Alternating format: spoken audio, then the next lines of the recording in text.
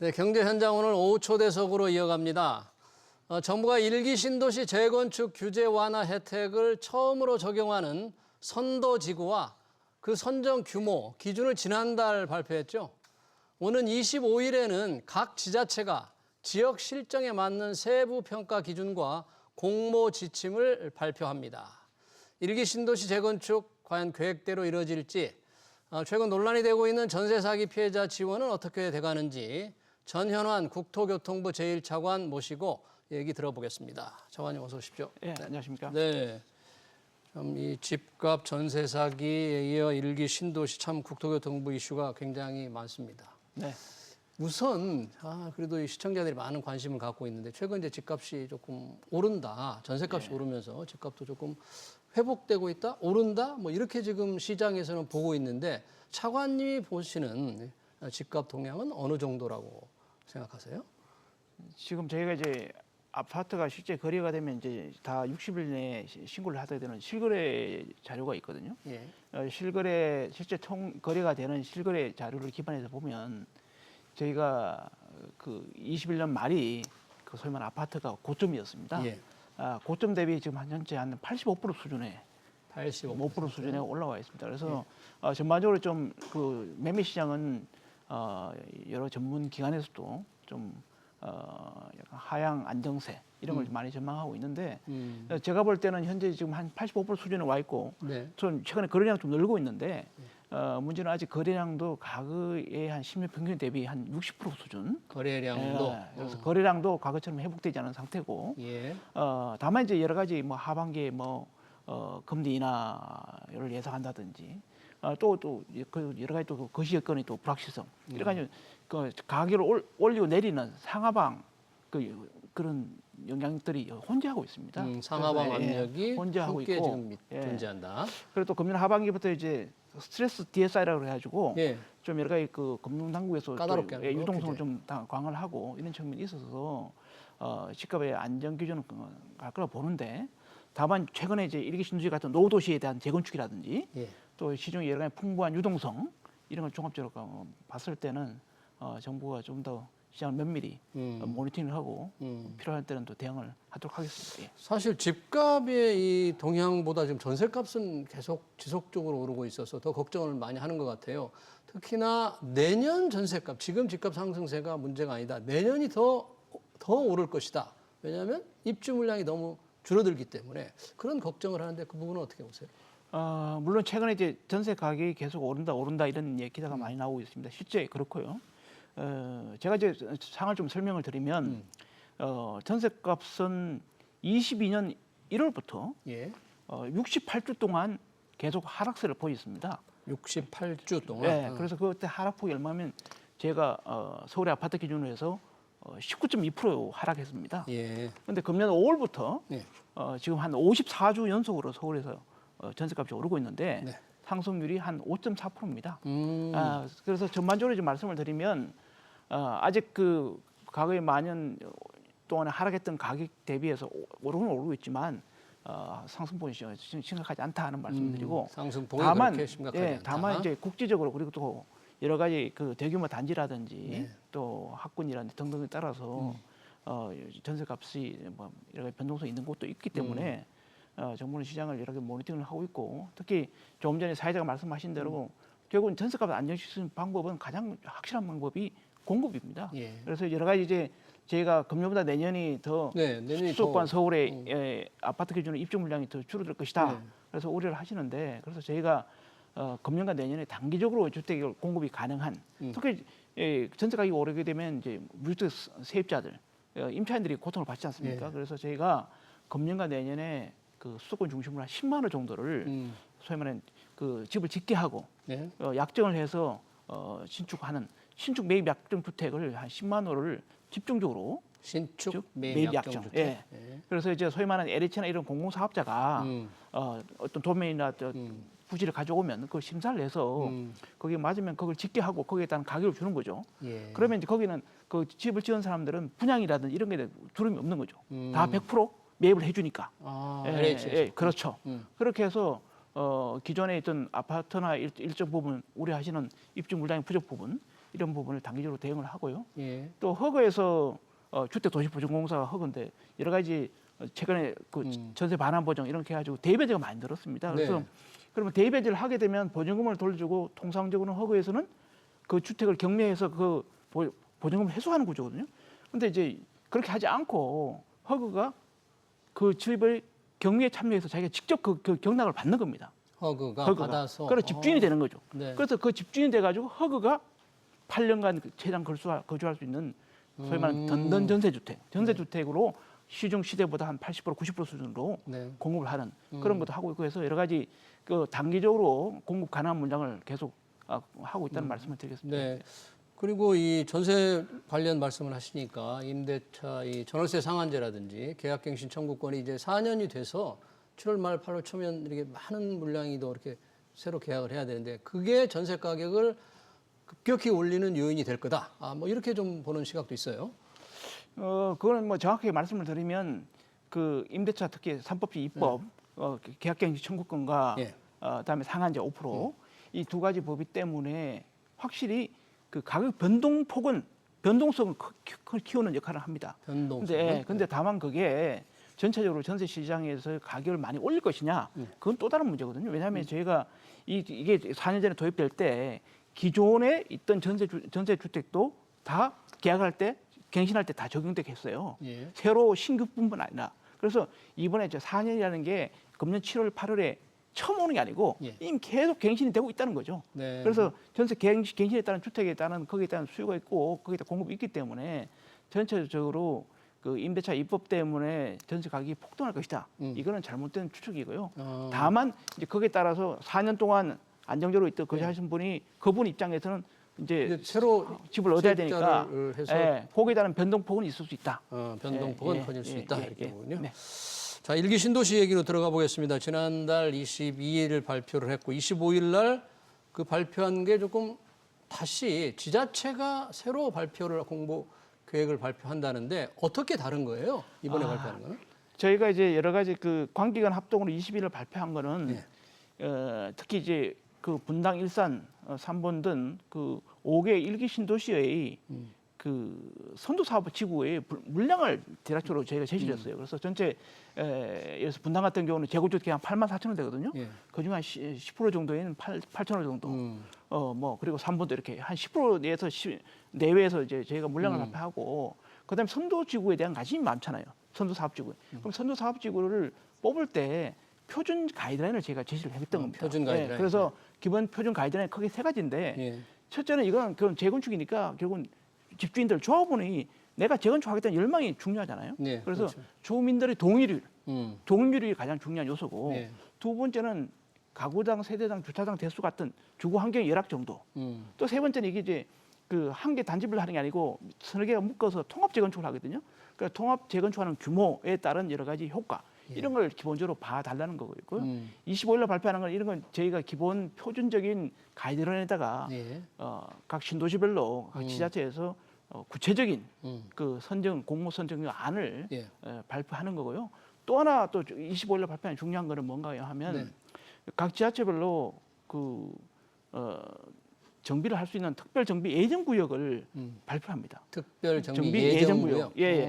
신도시별로. 이건 뭔가 하면 제가 서너 개를 묶고 산다고 그랬지 않습니까? 예. 그러니까 예를 들어서 25m 이상 도로로 이렇게 구획되는 슈퍼블럭을 이렇게 선정해 주는 거죠. 그러면 이 입주민들 입장에서는 내가 어느 아파트, 어느 마을에, 어느 단지에 살고 있는데 나는 어느 단지과 묶여서 개발될 개발되겠구나. 가능성이 있겠구나라는 예. 거를 생각할 수 있게 예. 특별 정비 예정 구역을 지정해 안을 준다. 발표, 그 공개를 안이 하는 나온다 겁니다. 이거죠. 예, 상당히 그것도 그 많은 관심이 네, 있겠네요. 그 그렇습니다. 부분에 대해서. 그렇습니다. 이번에 만약에 이제 선도지구 그렇게 해서 기준이 나오고 또 제안을 하고 나중에 이제 결정이 되면 어떤 혜택이 있는지 그리고 선도지구에서 떨어지면 어떤 절차를 밟아야 되는지. 그래서 이제 저도 이제 현장에 가보고 또 입주민들 저도 과거에 분당에 오랫동안 살았거든요. 예. 그래서 이제 저한테 연락을 개인적으로 오시는 분들 말씀하시는 게 뭔가 하면 선도지구가 꼭 돼야 되는데 안 되면 어떡하냐 그런 말씀하시는데 그거는 시기의 차이입니다. 저희가 분당 같은 경우도 지금 이제 금년에 선도지구 발표부터 2033년까지 네. 거의 한 10년간에 걸쳐서 물량의 10% 정도를 평균적으로 다 할 거거든요. 예. 그래서 시기의 문제지 아무런 특별한 선도적으로 해서 특별한 혜택을 주는 건 없다. 어. 다만 저희가 이 노도시 특별법에 의해서 통합 재건축이 이루어지기 때문에 예. 기존에 우리가 하고 있는 재건축과는 다르죠. 예를 들어서 가장 큰 혜택은 안전진단이 면제가 되지 않습니까? 안전진단. 예, 그리고 또 법적 용적률 이런 상한이 150%까지 또 인정이 되고 예. 또 용도 지역을 기존에 하면 3종 주거 지역인데 이걸 한 단계로 준 주거 지역을 올린다든지 그렇게 되면 이제 소위 말하는 고밀도 많이 공급이 가능한 거예요. 네. 또 하나는 이제 아무래도 조합원들 입장에서는 자기들이 거기 드는 부담금 이런 걸 생각하게 되잖아요. 예. 그런 부분에서 저희가 주택도시기금이라든지 연기금이라든지 은행 등의 금융기관에 돈을 모아서 한 12조 규모의 미래도시 펀드를 조성할 겁니다. 미래도시 예, 펀드. 미래도시 12조? 펀드에서 예.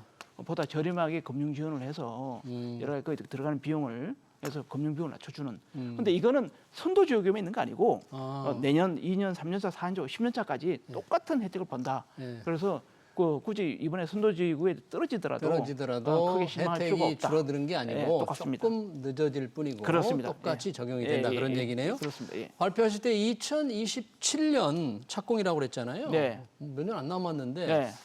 보통 이게 아무리 여러 가지 혜택이 있더라도 이렇게 빨리 가능해요 이게?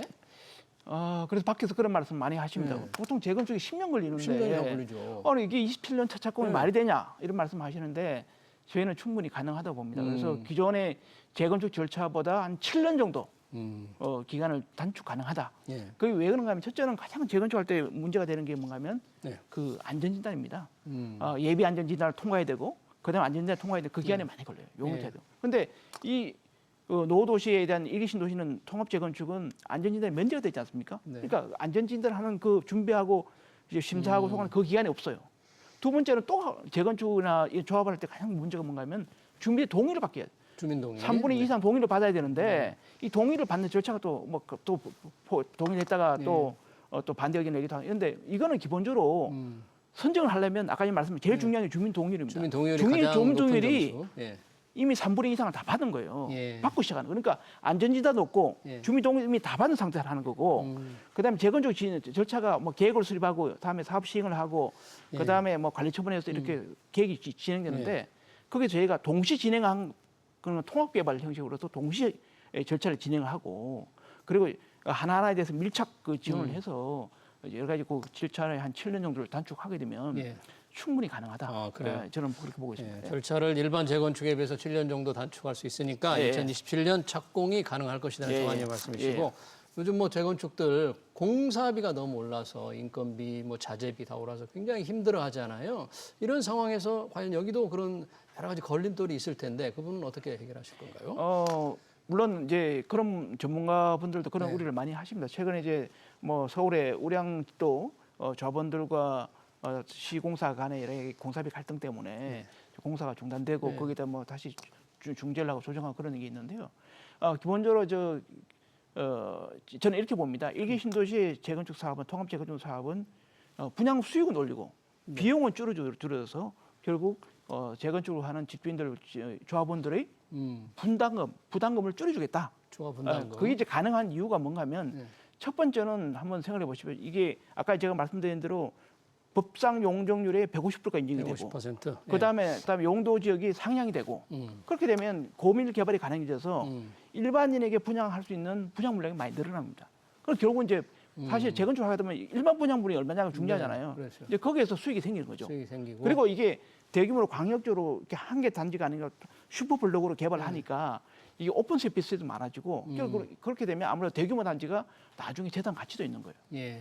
그다음 비용 측면에서는 제가 말씀드린 대로 이게 통개발 형식으로 통합 계약을 하게 되면 규모의 경계에 작동을 해서 제가 시뮬레이션 해보니까 한 10%에서 15% 정도 예. 비용이 좀 절약이 됩니다. 일반 재건축보다 예, 10% 15% 정도. 비용이 그리고 또 제일 중요한 건 시간이 돈 아닙니까? 그렇죠. 그렇죠. 일반 재건축 10년 걸리는 걸 한 7년 줄이면 그만큼 10년 동안에 오래 금융 비용이 드는 거를 줄이니까 그리고 재건축의 절차 단축을 통해서 네. 비용을 세이브할 수 있고 네. 또 하나 제가 아까 전에 말씀대로 저희가 공직기금 이런 걸 통해서 12조 원 경험의 미래도시 펀드를 전송해서 또 저렴하게 금융 비용을 지원할 거니까 예. 거기에 대해서 뭐 그런 걸 다 따지게 되면 추가 지금 분담금이 현재 좀 상당히 줄어들고 줄어들 가능성이 현재 있다. 공사비 갈등에 따른 여러 가지 일반적인 재건축이 가지고 있는 문제점도 상당 부분 해소될 것이다 이렇게 보고 있습니다. 이주 대책도 걱정하잖아요, 실제. 그렇죠. 이주 단지를 만들려다가 조금 바뀌었죠, 방침을.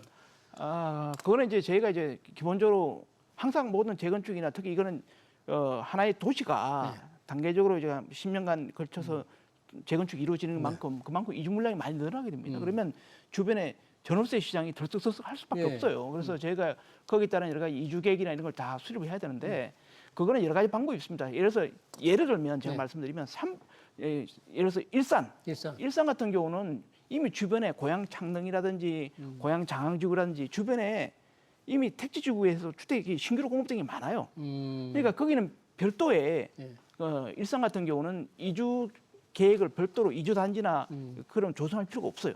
다만 이제 분당 같은 경우는 주변에 뭐 용인에 이런 데가 있지만 이제 그런 가입 물량이 좀 제한되기 때문에 예를 들어서 분당 그 성남시 내에서 필요한 어떤 가입 용지가 있으면 그 부분을 개발을 하고 또 인근에 또 소규모의 공공택지나 이런 걸 통해서 공급을 하고요.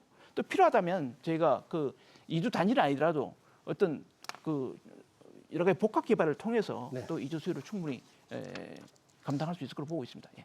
저희가 이게 전세 사기 관련해서 좀 많은 질문을 준비했는데 시간 관계상 한두 가지만으로 좀 줄여서 해야 되겠네요. 이제 야당이 선구제 후회수를 주장하고 있지 않습니까? 여전히. 정부는 이제 새로운 전세 사기 지원을 위한 피해자 지원을 위한 대안을 내놓았지 않습니까? 이 대안이 왜 야당이 주장하는 것보다 합리적이고 꼭 피해자들에게 필요한 건지 왜 그렇습니까? 지금 야당이 제기하신 그 선구제 후회수안은 기본적으로 그 공공기관이 선구제를 하고 후회수를 하라는 얘기거든요. 그런데 선구제를 하려면 뭔가 하면 그 법상에 보면 개별 임차인들이 가지고 있는 임차 보증금의 가치를 공정한 시장 가치를 평가하도록 돼 있어요. 그런데 공정한 시장 가치를 평가하려면 그 앞에 선순위 채권이 얼마가 있는지, 조세 채권이 얼마가 있는지 이런 걸 다 알아야 되는데 사실 그게 불가능합니다. 아 그래요? 그게 어려운 일이에요? 그게 경매 절차를 통해야만 경매 절차가 되면 그게 깨끗이 다 정리가 돼요. 그 전에는 진짜 조세 채권 얼마인지 잘 모르고 그래서 이 야당이 말씀하시는 그런 선구제 방안의 가치 평가가 굉장히 어렵다. 그래서 현실적으로 굉장히 어렵다는 말씀을 드리고 떨어진다. 그리고 또 가치 평가를 했는데 임차인은 나는 내 보증금이 평가를 저기는 50%밖에 안 주고 저기 이 사람은 60% 주다. 그러면 또 여기 또 갈등이 생기고 그 수용 가능하겠냐 그런 부분에서 현실적으로 행정적으로 실천적으로 어렵다는 말씀을 드리고 정부가 제시한 안은 뭔가 하면 결국은 최소한 10년, 많게는 20년간 자기가 살던 집에서 안정적으로 거주하게 해주겠다. 그리고 그동안에 그 소위 말하는 피해자들이 가지고 있는 우선 매수권을 LH한테 넘기면 LH 같은 주택공공사업자에 넘기면 공공사업자가 거기를 낙찰을 받아서 그럼 낙찰 차익이 있잖아요. 낙찰 차이는 하면 시세와 낙찰가의 차이 그게 한 30-40% 됩니다. 30-40%. 그 차익을 지금은 그냥 LH가 가져갔어요. 근데 그걸 다 피해자들 주겠다는 피해자들한테. 그럼 피해 줘서 10년간은 그동안 10년 동안은 그걸 활용해서 임대료 없이 무상으로 살게 해주고. 그러니까 야당에서 현실성이 떨어지는 안보다 주거 안정 피해자들의 주거 안정을 위해서는 이게 더 현실적이고 바람직하다 그런 주장이시네요. 시간 관계상 여기서 좀 마무리를 해야 될 것 같습니다. 네, 지금까지 주택 건설 관련 집값 동향 그리고 전세 사기 피해까지 잘 들었습니다. 진현환 국토교통부 제1차관이었습니다. 차관님 귀한 시간 고맙습니다. 네, 감사합니다.